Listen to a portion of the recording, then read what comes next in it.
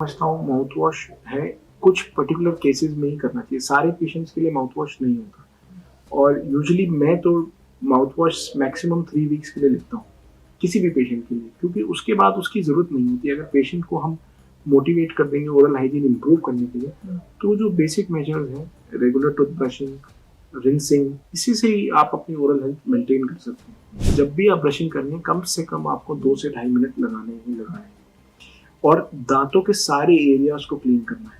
अब आप वो मैनुअल से कर सकते हैं या इलेक्ट्रिक से कर सकते हैं, ये आपके ऊपर है। जिन बच्चों के दूध के दांत में कैविटी लगी हुई है, तो they are more prone to cavities in their permanent teeth also, कि उनके जो पक्के दांत आएंगे उनमें भी कैविटीज बढ़ने के बहुत ज्यादा चांसेस होते हैं। तो अगर दूध के दांत में कीड़ा लग रहा है तो पेरेंट्स को उसको एड्रेस करना चाहिए, डेंटिस्ट के पास जरूर जाना चाहिए, और रेगुलर चेकअप्स भी करते रहने चाहिए। Mouth wash and over use of flosser. अब फ्लॉस के साथ प्रॉब्लम क्या है कि जब तक पेशेंट्स को समझ आता है कि इसको यूज कैसे करना है, वो गम्स को और इंजर कर देते हैं। तो फ्लॉसिंग का भी एक प्रॉपर टेक्निक है जो कि आपको समझना पड़ेगा कि कैसे करते हैं। नमस्कार दोस्तों, मैं दिया शर्मा, स्वागत है आपका एचपीएन न्यूज में। और आज हमारे साथ मौजूद है हमारे मुख्य अतिथि। सबसे पहले तो सर मैं आपका धन्यवाद करना चाहूंगी कि आपने अपना कीमती समय में दिया। मैं चाहूंगी कि आप हमारे दर्शकों को अपना परिचय दें। नमस्कार, मेरा नाम डॉक्टर कार्तिक है और मैं पिछले 10 सालों से साउथ दिल्ली साउथ एक्स में प्रैक्टिस करता हूँ। डेंटल क्लिनिक है मेरा। मैं खुद एक रूट कैनाल स्पेशलिस्ट हूँ। सर, अभी तक का इतने को एक्सपीरियंस हो गया था, कौन सी कॉमन प्रॉब्लम्स है जो पेशेंट आपके पास लेकर आते हैं? देखिए, जो मेरी स्पेशलाइजेशन है रूट कैनाल्स की है, तो यूजुअली एक निगलेक्टेड हेल्थ, जिसमें कि दांतों में अगर कैविटी लगी होती है और पेशेंट्स उस पर एड्रेस नहीं कर रहे होते, उस पर ध्यान नहीं दे रहे होते, तो वो अल्टीमेटली रूट कैनाल में लैंड अप होता है, जिसमें हम दांतों की नसों की सफाई करके परमानेंट फिलिंग करते हैं और फिर एक क्राउन लगाते हैं। ओके। तो सर, जैसे आजकल हम देखते हैं कि अलग अलग एज ग्रुप को अलग अलग तरह के प्रॉब्लम्स होते हैं। जैसे बच्चे हैं, तो अगर हम बच्चों पर बात करें तो उन्हें किस किस तरह की प्रॉब्लम्स हो सकती हैं? ये आपने बहुत अच्छा सवाल पूछा। मैं ये कहना चाहूंगा कि आजकल जो बच्चे हैं, मैं देख रहा हूँ जो over a period of time जो उनका केरीज इंडेक्स है, जो उनके कीड़ा लगने का जो इंडेक्स है, वो काफी बढ़ गया है। और इसका कारण मैं समझता हूँ कि डाइट में भी काफी चेंजेस हैं। बच्चों का शुगर इंटेक बहुत बढ़ गया है। आप ये देखेंगे एक प्रोसेस्ड फूड बहुत आ गए हैं, तो जिसमें दूध के दांतों में साथ ही परमानेंट दांतों में भी कैविटीज का इंसिडेंस बढ़ गया है। और मैं समझता हूँ कि इस पे काफी ध्यान रखने की जरूरत है, क्योंकि एक बार अगर दांत में कैविटी लग जाए तो एक परमानेंट डैमेज की तरह होता है। आपको फिलिंग से उसको ठीक कराना है, या बहुत ज्यादा अगर सड़ जाए तो वो एक्सट्रैक्शन के लिए भी निकालना पड़ता है। तो पेरेंट्स को भी बहुत कॉन्शियस होके रेगुलर डेंटल चेकअप्स बच्चों के करानी चाहिए। रेगुलर डेंटल चेकअप्स में ये है कि आपके इनिशियल अगर कैविटीज होंगी तो वो फिलिंग से एड्रेस हो जाएंगी, और कोई नई कैविटी बनने से पहले ही रोक दिया जाएगा। तो जैसे हम देखते हैं कि जो आजकल के बच्चे हैं, क्योंकि बच्चे हैं शैतानी भी करते हैं, मानते नहीं है, तो ज्यादा चॉकलेट टॉफी खाने से सब बोला जाता था कि उनके दांतों पे कैविटी लग जाती है। बट आजकल हम देखते हैं कि उनके जो दांत हैं, उनका जो कलर है वो चेंज हो रहा है। धीरे धीरे वो उनका दांत खराब होता जा रहा है और देन वो ब्लैक कलर का हो जा रहा है। और पेरेंट्स को लगता है कि दूध के दांत ये टूट जाएंगे, नए आ जाएंगे, तो वो इतना ध्यान नहीं देते हैं। ये एक और आपने बहुत अच्छा क्वेश्चन पूछा है कि स्टडीज हमारे डेटा में ये कहती है कि जिन बच्चों के दूध के दांत में कैविटी लगी हुई है, तो they are more prone to cavities in their permanent teeth also, कि उनके जो पक्के दांत आएंगे उनमें भी कैविटीज बढ़ने के बहुत ज्यादा चांसेस होते हैं। तो अगर दूध के दांत में कीड़ा लग रहा है तो पेरेंट्स को उसको एड्रेस करना चाहिए, डेंटिस्ट के पास जरूर जाना चाहिए, और रेगुलर चेकअप्स भी करते रहने चाहिए। इसके अलावा हम ये भी देखते हैं कि जो छोटे बच्चे होते हैं, अक्सर उनके कुछ खाने पीने से मसूड़ों से ब्लड आने लग जाता है, तो वो थोड़ा ज्यादा आता है, तो कितनी बार पेरेंट्स डर जाते हैं। उस टाइम पे भी वो मतलब डॉक्टर से कंसल्ट नहीं करते, थोड़ा होम ट्रीटमेंट करते हैं। अब ये देखिए, ये थोड़ा सा जब जैसे थोड़ी अवेयरनेस, हमारा सोशल मीडिया है, यूट्यूब है, तो हम इस पे अपने प्रॉब्लम्स को घर बैठे ही एड्रेस करना चाहते हैं। और जहाँ पे एक डॉक्टर का रोल होना चाहिए, और जो एक डॉक्टर की क्वालिफिकेशन होती है, जो जिस तरह से वो प्रॉब्लम को एड्रेस करता है, वो सोशल मीडिया यूट्यूब नहीं कर सकता। तो एक्चुअल में आपको बच्चे का जैसे ही पहला दूध का दांत आता है, तब से ही आपको रेगुलर चेकअप्स करानी चाहिए। 6 मंथली, ईयरली, आपको जैसे आप अपना ऑडिट अपनी कंपनी में या किसी तरह से भी करते हैं, वैसे अपने पर्सनल हेल्थ के लिए भी और दांतों के हेल्थ के लिए भी बच्चों के केस में जरूर करना चाहिए। सर इसके अलावा जैसे ये भी होता है कि फैमिलीज में अगर कोई इशू हो रहा है तो मतलब डॉक्टर से कंसल्ट नहीं करते। जैसे हम देखते हैं कि जो छोटे बच्चे होते हैं अक्सर उन्हें पेन होने लगता है, जो टीनेजर्स हैं, तो जो पेरेंट्स होते हैं वो लौंग लगा लिया या ऑयल वगैरह यूज कर लिया, तो उससे वो एक टाइम के लिए, पर्टिकुलर टाइम के लिए वो पेन रिलीफ दे सकता है, बट आई थिंक वो साइड इफेक्ट रहते हैं उसके भी आगे चलते। बिल्कुल, देखिए लॉन्ग, ये एक आपने जो बात बताई ये एक इमरजेंसी मेजर है, ये क्विक पेन रिलीफ है, लेकिन इससे आपकी जो प्रॉब्लम है वो एड्रेस नहीं हो, जिस वजह से वो पेन हुआ है वो एड्रेस नहीं हो। तो अगर आप अभी क्विक रिलीफ ले लिया और फिर आप उसको इग्नोर करते रहेंगे, तो मैं यही बात कह रहा था कि फिर वो फिलिंग की स्टेज आप क्रॉस कर देंगे। पेन हो रहा है तो इसका मतलब कहीं ना कहीं कैविटी बनी है दांत में, और अगर आपने उस पेन को तभी सप्रेस करके उसको इग्नोर किया तो फिर अल्टीमेटली वो रूट कैनाल में लैंड अप करेगा। और अगर आप फिर भी उसको इग्नोर करते रहेंगे तो फिर ऐसी भी स्टेज आ सकती है कि वो दांत निकलवाना पड़ जाए। तो सर जैसे मतलब एक देखा जाता है कि डाइट प्लान भी बहुत जरूरी है, डाइट का इम्पोर्टेंट बहुत है इस चीजों में, तो बच्चों के लिए भी अलग डाइट होती है? एब्सोल्युटली। अब बच्चों में खासकर जो मैं बात करना चाहूंगा वो है शुगर इंटेक। शुगर इंटेक, अब प्रैक्टिकली आप अगर बोलें कि बच्चों को टॉफी चॉकलेट बिल्कुल नहीं देना, ये होता नहीं है। अगर एज अ पेरेंट आप उनको अवॉइड भी कराएंगे तो, लेकिन घर में ग्रैंड पेरेंट्स भी होते हैं तो वो सब अपने बच्चे से लाड करते हैं, अब ग्रैंड पेरेंट्स प्यार करते हैं।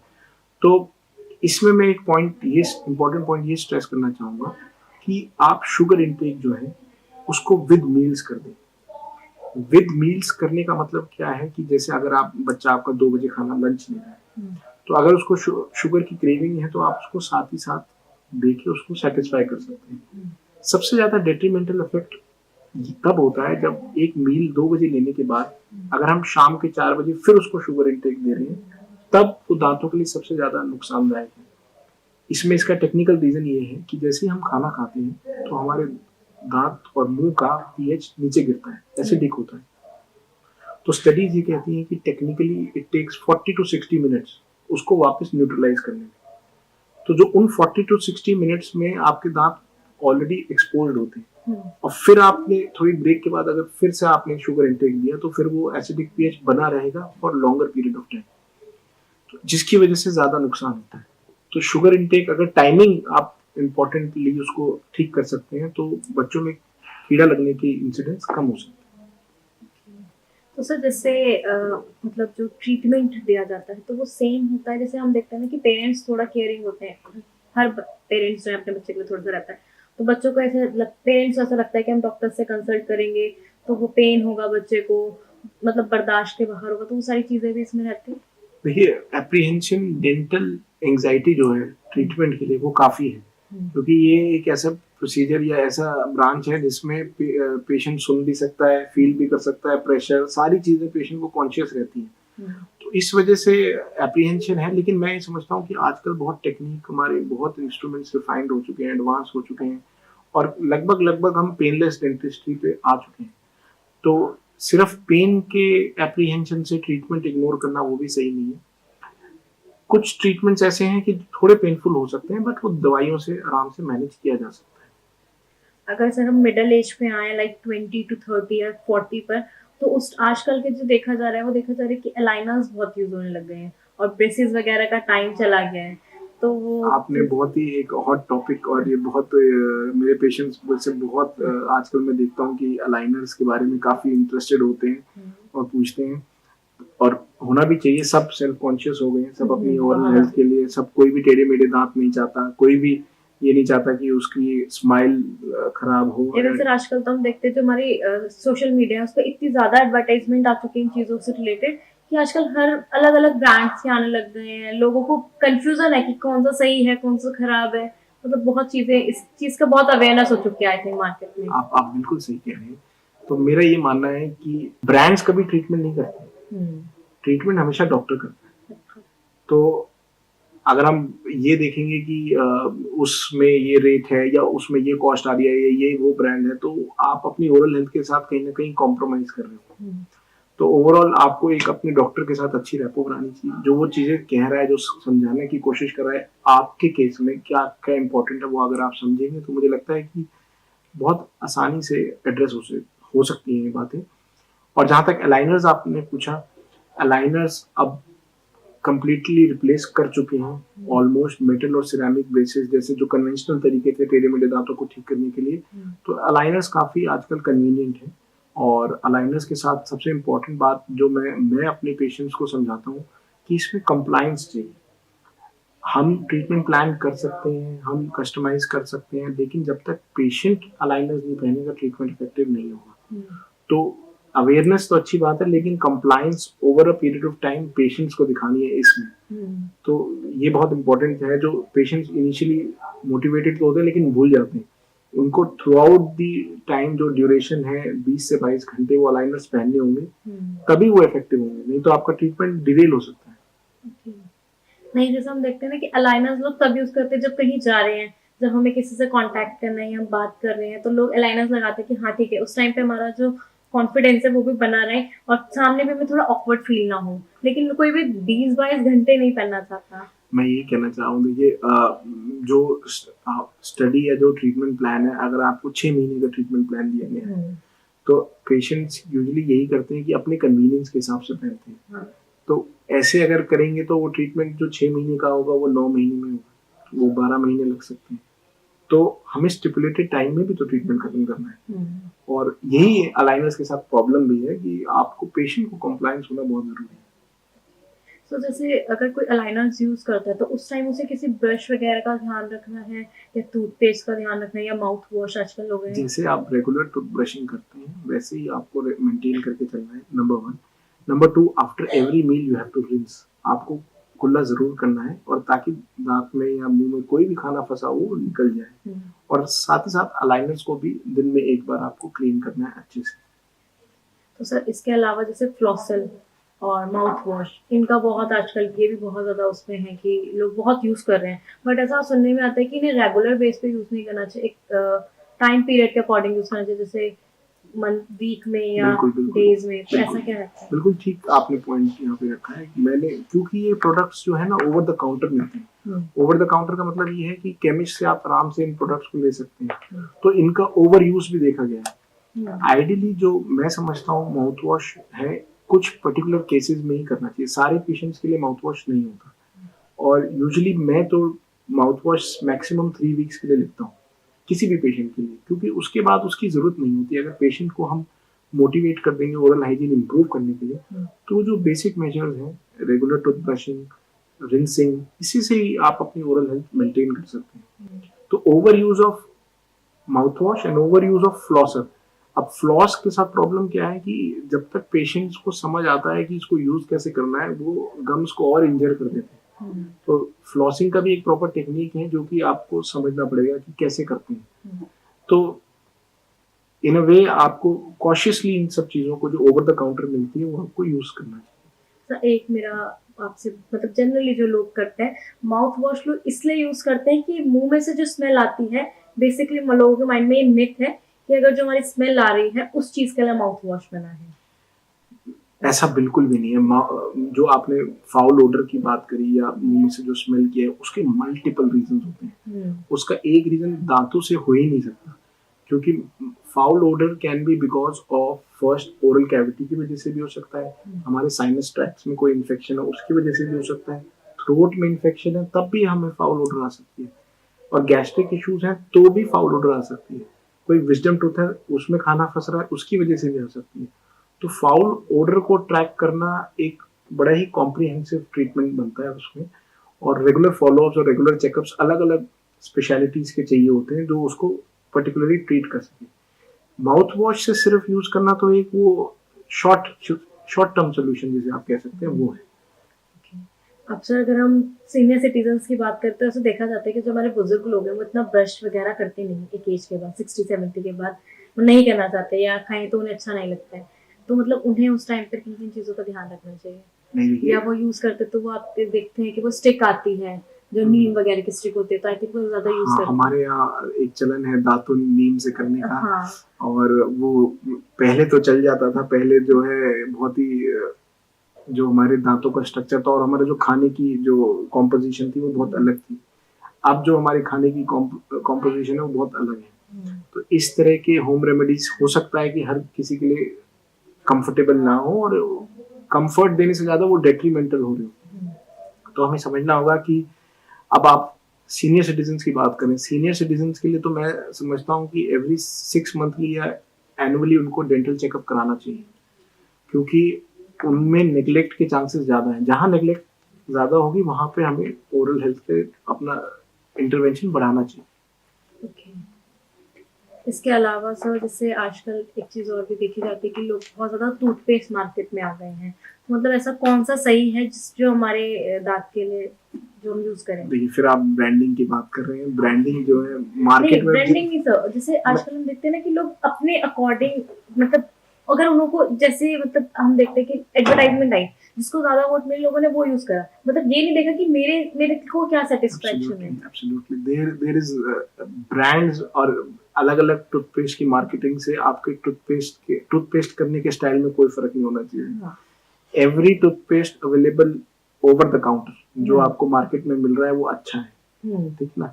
हमें जिसका एड ज्यादा आ रहा है उससे कोई फर्क नहीं पड़ता। हाँ, हमें ये चीज ध्यान रखनी कि हमारे जो टूथ है उनके लिए इंस्टेड मैं ये कहना चाहूंगा कि अपने ब्रशिंग करने का तरीका, ब्रशिंग करने का तरीके पे अगर हम ध्यान दें तो वो ज्यादा बेटर है इन केस ऑफ ब्रांड्स और उस टूथपेस्ट को चूज करने के लिए। आजकल एक आ गया इलेक्ट्रो ब्रश वगैरह, तो वो कितना इसके लिए सही है? देखिए, इलेक्ट्रिक और अगर आप मैनुअल टूथब्रश के बारे में पूछ रहे हैं तो लगभग सेम ही एफिकेसी होती है अगर आप मैनुअल में अच्छे से टाइम लगा के ब्रशिंग करें। अब मैं आपके व्यूअर्स को ये बताना चाहूंगा कि जब भी आप ब्रशिंग कर रही हैं, एक तो दिन में 2 बार करनी है, और जब भी आप ब्रशिंग कर रही हैं कम से कम आपको 2 से 2.5 मिनट लगाने हैं और दांतों के सारे एरियाज को क्लीन करना है। अब आप वो मैनुअल से कर सकते हैं या इलेक्ट्रिक से कर सकते हैं, ये आपके ऊपर है। इलेक्ट्रिक में एक आपका बेसिक एक्सपेंस बढ़ जाता है, जो उसका हैंडल है वो आफ्टर एवरी 3 मंथ्स या 4 मंथ्स आपको चेंज करना होगा, तो एक रिकरिंग कॉस्ट जो है मुझे लगता है कि बढ़ जाती है। बट जो पेशेंट्स अगर आप इसमें हाथ की डेक्सटेरिटी बहुत इंपॉर्टेंट है। हम राइट और लेफ्ट, ऊपर और नीचे सारे एरियाज को अच्छे से क्लीन करेंगे तभी ओरल हेल्थ इंप्रूव होगी। और अगर हम मैनुअल से नहीं कर पा रहे then we should switch to electric toothbrush, मुझे ऐसा लगता है। सर एक मेरा जो नॉर्मली आपसे क्वेश्चन है वो ये है कि ऐसा लोगों को लगता है कि जो रूट कैनाल है और जो विजडम टूथ है वो एक होता है, तो ये एक है या अलग अलग है? देखिए, दोनों अलग अलग प्रॉब्लम्स है। रूट कैनाल बेसिकली तब जरूरत होती है जब कोई दांत में आपकी कैविटी या कीड़ा इतने स्टेज तक पहुंच गया है कि फिलिंग से नहीं ठीक हो सकता और आपको सिम्टम्स आने लगे हैं, आपको ठंडा गर्म लगने लगा है, आपका खाना फंस रहा है या चबाने पे दर्द है, तब आपको रूट कैनाल की जरूरत पड़ती है। जो विजडम टूथ की प्रॉब्लम है वो बेसिकली अक्लदार की प्रॉब्लम है। जो आपका लास्ट मोलर होता है वो हड्डी में फंसे रहने की वजह से आपके मसूड़ों को इन्फ्लेम कर देता है और वो प्रॉब्लम देता है, तो वो उसका ट्रीटमेंट प्लान अलग रहता है।